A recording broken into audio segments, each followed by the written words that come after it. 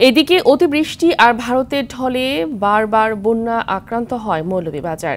এজন্য দুদেশের মধ্যে প্রবাহিত ধলই নদীর বাঁধ ভেঙে যাওয়ায় অনেকাংশে দায়ী বলে মনে করেন স্থানীয়রা।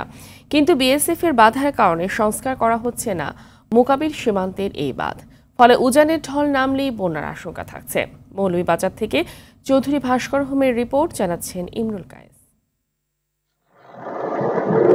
ধলই নদীর মোকাবিল অংশে তীব্র ভাঙনে বন্যা আক্রান্ত হয় মৌলভীবাজারের কমলগঞ্জ উপজেলা। ভেসে যায় পুকুরের মাছ, আবাদি জমি ও রাস্তাঘাট। সাম্প্রতিক বন্যায় ক্ষয়ক্ষতি পানি কমার সঙ্গে সঙ্গে ফুটে উঠেছে। আর এবারের বন্যার জন্য ধলই নদীর মোকাবিল অংশের বাঁধের ভাঙনকে দায়ী করছেন স্থানীয়রা। বলছেন, বাঁধের ১২০ মিটার জায়গার বাঁধ উন্মুক্ত হয়ে নদীর তলদেশে মিশেছে। আবার বন্যা হলে আক্রান্ত হওয়ার শঙ্কায় স্থানীয়রা।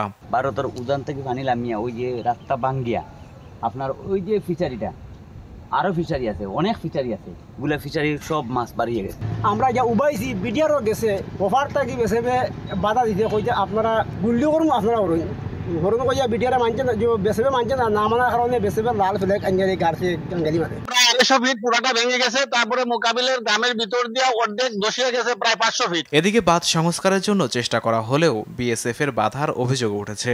পাবো বলছে, বাঁধ পুনর্নির্মাণের জায়গা নোম্যান্স ল্যান্ড হওয়ায় সংস্কার করা যাচ্ছে না। আমাদের বন্যা নিয়ন্ত্রণ বাঁধ রয়েছে, সেই বাঁধটি নোম্যান্স ল্যান্ডে পড়েছে এবং এই সাম্প্রতিক বন্যার কারণে এই বাঁধটি মারাত্মকভাবে ক্ষতিগ্রস্ত হয়। আমরা জেআরসি এবং বিজিবির মাধ্যমে ভারতকে অনুরোধ করেছি তাদের অনুমতি দেওয়ার জন্য, যাতে এই নোম্যান্স ল্যান্ডে অবস্থিত বাঁধটি পূর্ণ সেকশনে মেরামত করা সম্ভব। বাঁধ সংস্কারে বিজিবি ও বিএসএফ এর ঊর্ধ্বতন পর্যায়ে আলোচনা করে সমাধানের আশ্বাস এই কর্মকর্তার। অনেক পর্যায়ে আলোচনা হয়েছে। অতি দ্রুত মানবিক দিকে বিবেচনা করে বিএসএফ কর্তৃপক্ষ এবং আমাদের ঊর্ধ্বতন কর্তৃপক্ষ এটা ব্যাপারটা সমাধান করবেন।